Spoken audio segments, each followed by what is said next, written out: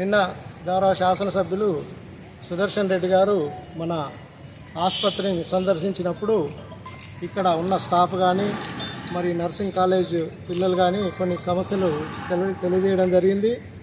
దాంట్లో భాగంగా ఏదైతే నర్సింగ్ హాస్టల్స్ ఉన్నాయో మొత్తం లీకేజ్ అయ్యి చాలా ఉండడం కష్టంగా ఉన్నది. ఒక్కొక్క రూమ్లో దాదాపు 10 నుంచి 12 మంది స్టూడెంట్స్ ఉండడం జరుగుతుంది.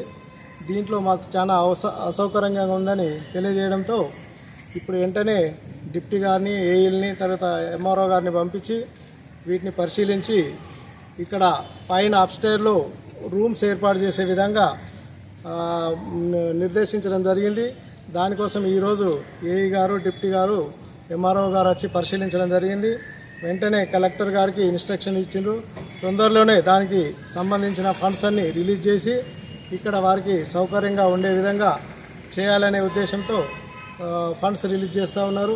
అట్లనే నిన్న కొందరు పేషెంట్స్ ఇక్కడ డయాలసిస్ సెంటరు పైన ఉంది, మాకు ఎక్కడానికి చాలా కష్టంగా ఉన్నదని చెప్పడం జరిగింది.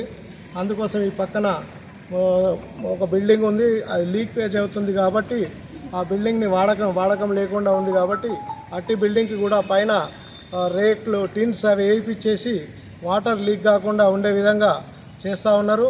దాంతో పైన ఉన్న డయాలసిస్ సెంటర్ని ఇక్కడ కిందికి తీసుకొచ్చి ఏదైతే డయాలసిస్ పేషెంట్స్ ఉన్నారో వాళ్ళందరికీ కూడా సౌకర్యంగా ఉండే విధంగా చూడాలని మన శాసనసభ్యులు గారు చెప్పారు.